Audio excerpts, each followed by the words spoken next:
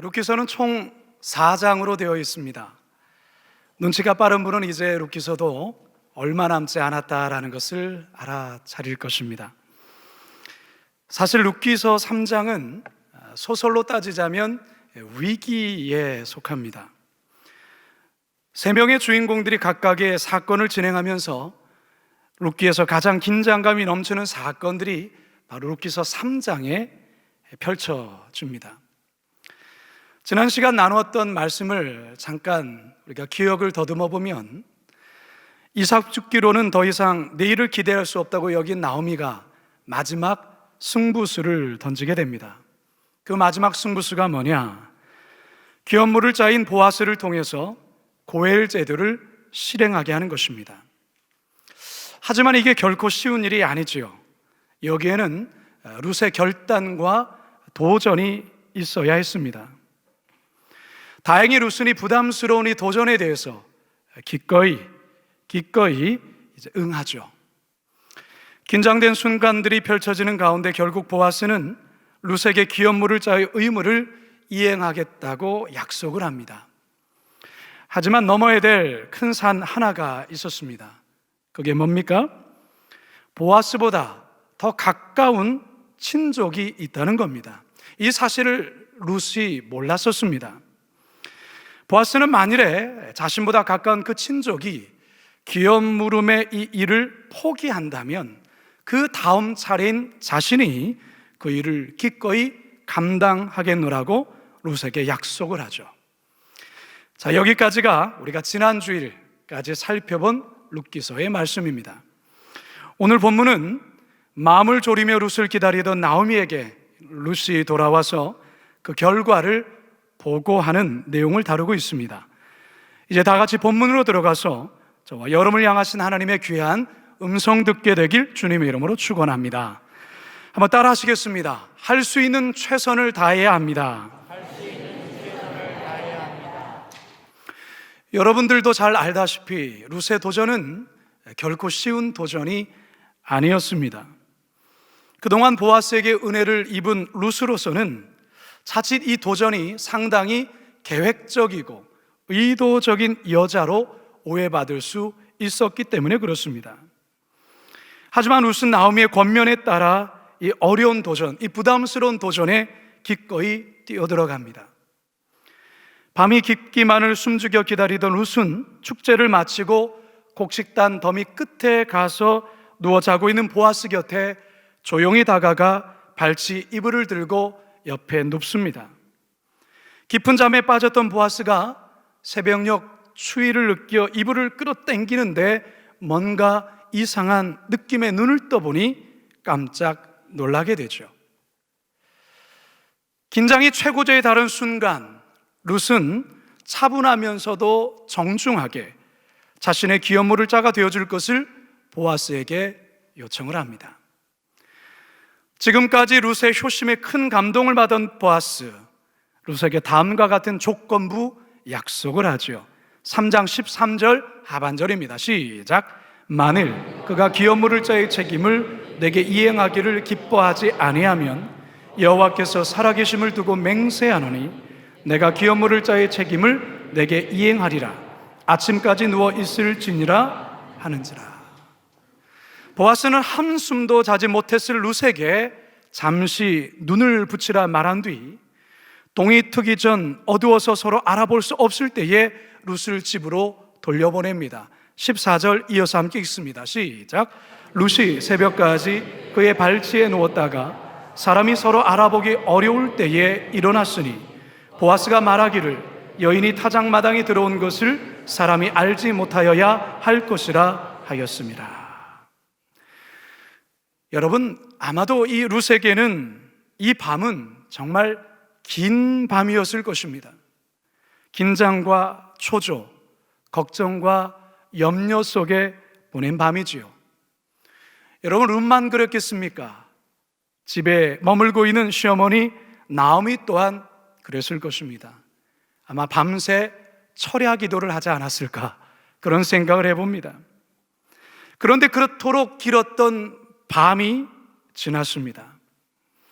룻은 자신이 할 수 있는 최선을 다한 것입니다. 모든 것을 다 쏟아부었습니다. 이제 룻이 할 수 있는 것은 아무것도 없습니다.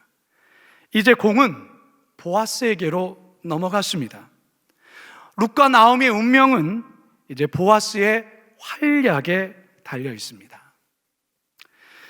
사랑하는 성도 여러분, 하나님께서 성도들에게 바라시는 한 가지가 있습니다.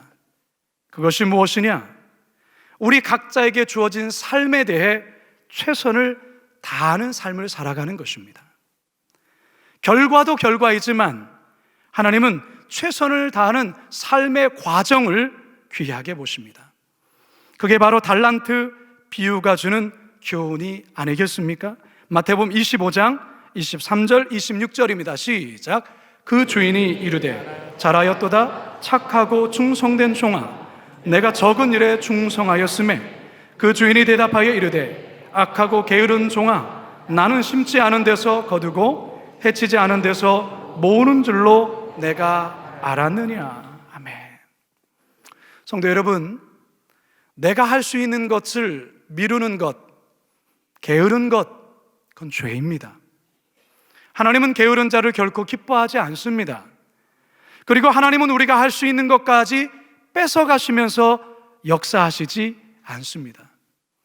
성경은 처음부터 끝까지 일괄적으로 하나님의 백성들이 힘을 다하여 주어진 일을 최선을 다할 것을 권면하십니다. 전도서 9장 10절 함께 읽습니다. 시작. 내 손이 이를 얻는 대로 힘을 다하여 할지어다. 내가 장차 들어갈 수월에는 일도 없고 계획도 없고 지식도 없고 지혜도 없음이니라. 심지어 사도 바울은 데살로니가 성도들을 향해서 이러한 경고도 하였습니다. 데살로니가 후서 3장 10절입니다. 시작. 우리가 너희와 함께 있을 때에도 너에게 명하기를 누구든지 일하기 싫어하거든 먹지도 말게 하라 하였더니. 아멘. 여러분, 잘하고 못하고는 두 번째입니다. 중요한 것은 하나님 앞에서, 사람 앞에서 내가 할 수 있는 최선을 다했다라고 고백할 수 있어야 합니다. 여러분, 이 시간 여러분 자신에게 한번 정직히 물어보시고 한번 대답해 보시기 바랍니다. 여러분은 이 한 해 동안 가정에서 가족들에게 최선을 다하셨습니까? 여러분은 이 한 해 동안 직장에서 주어진 일을 최선을 다하셨습니까?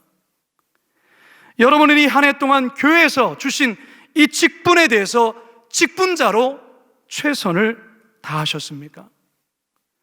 여러분은 이 한 해 동안 여러분 자신에게 최선을 다하셨습니까? 하나님 우리들에게 이것을 질문하십니다. 내가 너에게 준 시간에 대하여, 내가 너에게 준 삶에 대하여 너는 최선을 다했느냐? 이제 이 한 해도 한 달하고 20여일 남았습니다. 만일에 이 질문에 대해서 여러분 자신이 제대로 답을 하지 못하셨다면 남은 한 달 20여일 동안 여러분의 가정에서, 여러분의 직장에서, 또한 이 교회에서, 또한 여러분 자신에게 할 수 있는 최선을 다하시기 바랍니다. 여러분의 최선에 하나님의 크신 은혜가 있을 줄로 믿습니다. 두 번째 한번 따라 하시겠습니다. 최선을 다한 자를 격려하십니다. 여러분, 하나님은 최선을 다한 자를 귀하게 보십니다. 그런 자에게 하나님은 특별한 은혜를 주십니다. 그런 자를 격려하십니다. 오늘 본문에서 룻 또한 마찬가지예요. 하나님이 룻에게 어떤 격려를 하실까요? 3장 15절 함께 읽겠습니다. 시작. 보아스가 이르되 내 겉옷을 가져다가 그것을 펴서 잡으라 하매 그것을 펴서 잡으니 보리를 6번 대어 룻에게 주어주고 성읍으로 들어가니라. 이 보아스가 룻을 그냥 보내는 것이 아니라 룻의 손에 뭔가를 쥐어주는 거예요. 룻의 겉옷에 보리 한가득을 채워준 거예요. 여러분, 이것이 바로 최선을 다한 자에 주시는 하나님의 구체적인 위로요 격려입니다. 룻에 대한 이 보아스의 이 격려와 사랑은 그의 시어머니 나오미를 향한 격려이기도 합니다.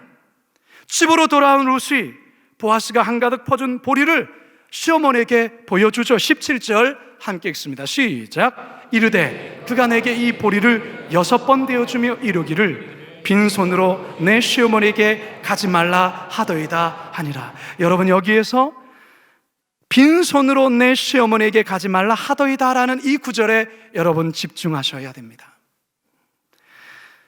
나오미가 모압 땅에서 베들레헴으로 힘겹게 왔을 때 이웃 주민들은 나오미의 모습에 적잖은 충격을 받았습니다. 내가 나오미 맞냐? 이때 나오미는 자신을 안타깝게 바라보는 이웃들을 향해서 그는 이와 같은 고백을 하게 되죠. 룻기 1장 20절과 21절에 보면 나오미가 그들에게 이르되 나를 나오미라 부르지 말고 나를 마라라 부르라. 이는 전능자가 나를 심히 괴롭게 하셨음이라. 내가 풍족하게 나갔더니 여호와께서 내게 비어 돌아오게 하셨느니라. 하나님께서 내가 갖고 있는 것 모든 것 다 비게 하셨다는, 나 이제 빈털털이라는 거예요. 내가 베들레헴에 왔지만 나는 비어왔다라는 것이죠. 자신의 그 처참한 상황을 절규하며 고백했습니다. 그런데요, 여러분, 하나님께서 룻을 통해 이 나오미에게까지 어떤 은혜의 역사를 부어주고 계십니까? 빈손으로 나오미에게 보아스를 통해서 뭐라 말합니까? 빈손으로 내 시어머니에게 가지 말라. 이게 바로 하나님의 헤세드가 아니면 무엇이겠습니까? 하나님의 사랑이 아니면 무엇이겠습니까? 비록 빈손으로 나오미가 베들레헴으로 왔지만 하나님께서 그의 빈손을 채워주고 있다는 사실입니다. 할렐루야. 성도 여러분, 우리의 인생도 그렇습니다. 살다 보면 이 나오미와 같은 처지에 떨어질 때가 있습니다. 풍족하게 나갔지만, 풍족하게 시작되었지만 비어 돌아오는 사건이 우리의 삶 속에 있을 수 있습니다. 많은 이들이 이 비게 된 사건 앞에서 희망을 포기하고 그냥 살아가는 이들 많습니다. 지금 코로나와 같은 상황에서, 코로나의 장기화가 되어지는 상황 속에서 풍족했던 그 손이 비어지는 현실 앞에 그 현실을 감당하지 못해서, 그 현실을 인정하지 못해서 좌절하고 낙심하며 심지어 스스로의 목숨을 끊는 이들도 있습니다. 여러분, 포기해서는 안 됩니다. 포기해서는 안 됩니다. 하나님은 결코 우리의 삶을 빈손으로만 살게 하지 않습니다. 우리의 연약함으로, 우리들의 실수를 통하여 인생의 빈손의 삶의 과정이 있지만 하나님께서 그 빈손을 채워주십니다. 따라서 여러분, 그 마음 추스리시고 주어진 환경에서 최선을 다하는 삶을 살 때 이처럼 보리 6번 채워주시는 하나님의 구체적인 격려를 경험하실 수 있는 것입니다. 갈라디아서 6장 9절 말씀입니다. 시작. 우리가 선을 행하되 낙심하지 말지니 포기하지 아니하면 때가 이름에 받으리라. 최선을 다한 룻에게 눈에 보이는 구체적인 격려가 주어지듯 여러분 인생에도 보리 6번 되어주는 구체적인 격려의 역사가 있게 되길 주님의 이름으로 축원합니다. 마지막 3번째 따라하겠습니다. 결과는 주님께 맡겨드려야 합니다. 이 시간 나오미에게 제일 궁금한 게 무엇이겠습니까? 룻에게 가장 듣고 싶은 말이 무엇입니까? 어떻게 되었느냐? 보아스가 기업 무르겠다고 그렇게 약속을 하더냐? 이 여부를 듣고 싶지 않겠습니까? 그래서 나오미는 룻이 집에 돌아오자마자 이것을 가장 먼저 묻고 있습니다. 16절 함께 읽습니다. 시작. 룻이 시어머니에게 가니 그가 이르되 내 딸아 어떻게 되었느냐 하니 룻이 그 사람이 자기에게 행한 것을 다 알리고, 룻이 보아스와 있었던 이야기를 다 시어머니에게 이야기를 합니다. 그런데 나오미 역시 보아스보다 더 가까운 친척이 있었다는 것을 이제서야 알게 됩니다. 이 모든 이야기를 들은 나오미 룻에게 이렇게 이야기를 합니다. 오늘 3장 마지막 끝절입니다.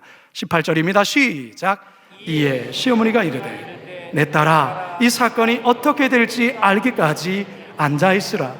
그 사람이 오늘 이 일을 성취하기 전에는 쉬지 아니하리라 하니라. 이런 무슨 말입니까? 우리가 할 수 있는 최선을 다했으니 그 결과에 대해서는 이제 기다려보자. 그 결과에 대해서는 우리 함께 기다려보자. 여러분이 나오미의 말 속에는 아주 중요한 신앙적 교훈이 담겨 있습니다.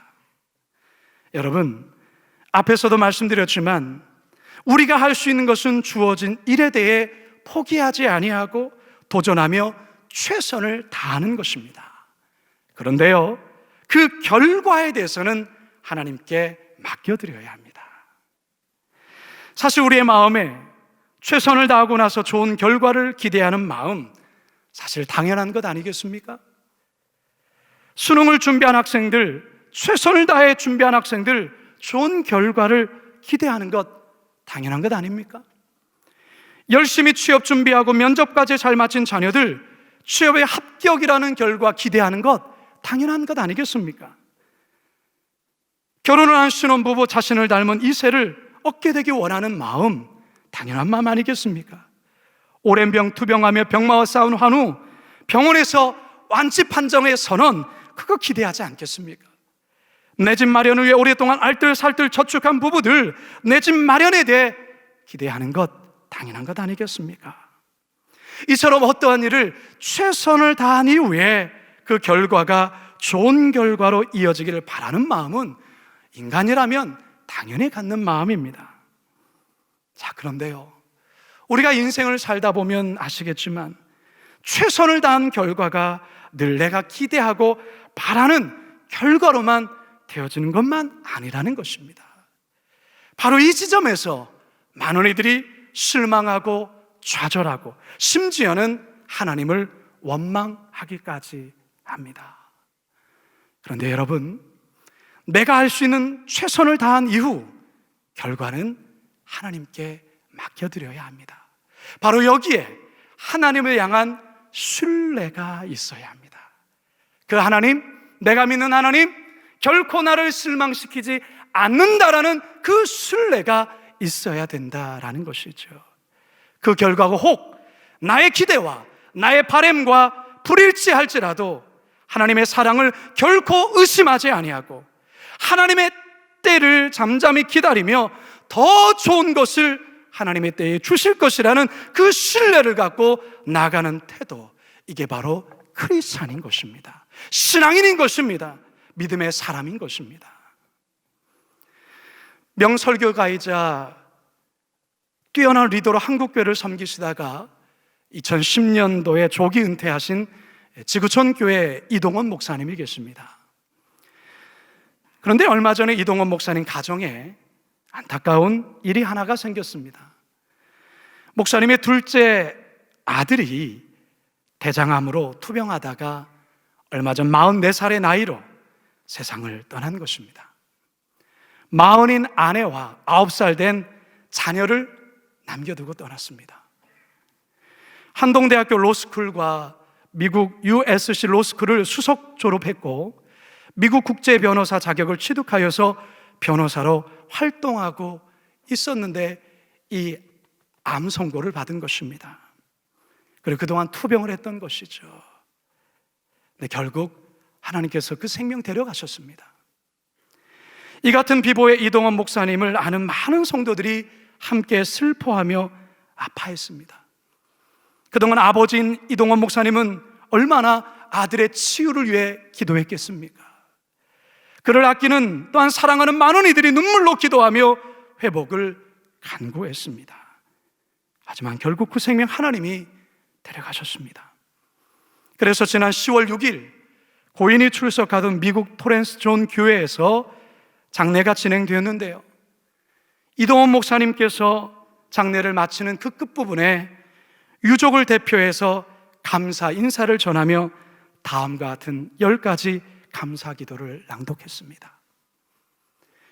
아들 범과 작별하며 드리는 감사. 손양원 목사님께 배운 10가지 감사. 첫째, 아들이 그 지독한 암의 통증에서 해방되어 감사합니다. 둘째, 영광의 나라 천국에 입성하여 감사합니다. 셋째, 그동안 유머가 많았던 아들로 인해 누린 기쁨을 인해 감사합니다.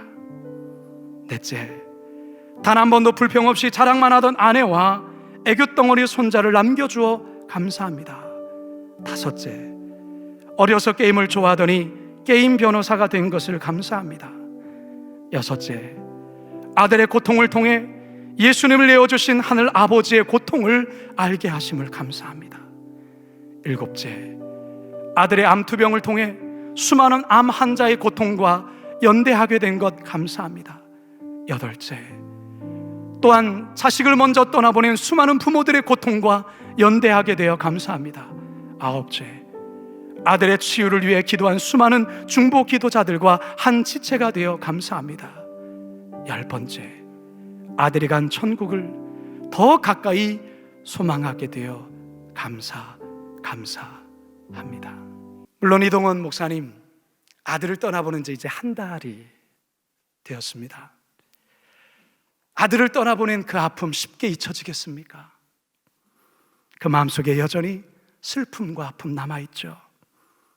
그래서 얼마 전에 아들의 장례를 마치고 지인들에게 이런 메시지를 남겼습니다. 그리스도인이란 답을 가진 사람이 아니라 답을 모른 채로 믿음으로 앞을 향해 나아가는 사람이란 말이 마음에 들어옵니다. 아들을 불러가신 이유에 대한 답을 찾지 못했고 영원히 찾지 못할 듯합니다. 그래도 믿음으로 나아갈 것입니다. 그동안 위로와 기도를 보내주신 모든 동역자들에게 감사드립니다. 많은 이들이 이 목사님의 아들의 치유를 위해 기도했습니다. 우리의 기도를 하나님께서 응답하셔서 완쾌되어 함께 예배할 그날을 바라고 기도했습니다. 그러나 이 목사님의 바라던 결과와는 달리 성도들이 바라던 결과와는 다른 결과가 나타났습니다. 하지만 이 목사님 마음속에는 하나님을 향한 신뢰가 있었습니다. 내가 바라는 기대보다 하나님은 더 완벽하시기에, 하나님께서는 더 좋은 결과를 주시는 분이시라는 신뢰가 있었기에 내가 원하는 결과가 아닐지어도 하나님께 감사할 수 있었던 것입니다. 이제 저는 말씀을 마치려 합니다. 성도 여러분, 이제 낙엽이 많이 지고 있습니다. 날씨가 많이 춥습니다. 한 해의 결산을 보는 시기입니다. 농부들은 땀 흘렸던 곡식 추수하고, 회사에는 서서히 한 해를 결산하고, 자녀들은 한 학년을 서서히 마무리해 가는 시기에 있습니다. 교회 또한 한 해 목회 사역을 서서히 마무리하고 있습니다. 사랑하는 여러분, 여러분 이 한 해 어떻게 사셨습니까? 그리고 여러분 앞으로 어떻게 사시겠습니까? 사랑하는 여러분, 주어진 일에 최선을 다하십시오. 할 수 있는 한 최선을 다하십시오. 하나님께서 나에게 오늘이라는 시간을 주신 이 하루에 대하여 최선을 다하시기 바랍니다. 내일은 우리의 것이 아닙니다. 내일은 내일이 되어야 가는 것입니다. 따라서 오늘 나에게 주어진 삶을 최선을 다하시기 바랍니다. 그때 하나님께서 여러분에게 주시는 격려가 있을 것입니다. 여러분, 하나님 앞에서, 사람들 앞에서, 가족들 앞에서 부끄럽지 않은 최선의 삶을 사실 수 있기를 바랍니다. 결과가 어떠하든 간에 감사하시기 바랍니다. 그게 바로 하나님이 우리를 통해 기대하시는 그리스도인의 진정한 모습입니다. 멋진 그리스도인입니다. 그렇게 멋진 그리스도인으로 우리 남은 인생 최선을 다해 살아가시는 우리 모두가 되길 주님의 이름으로 축원합니다.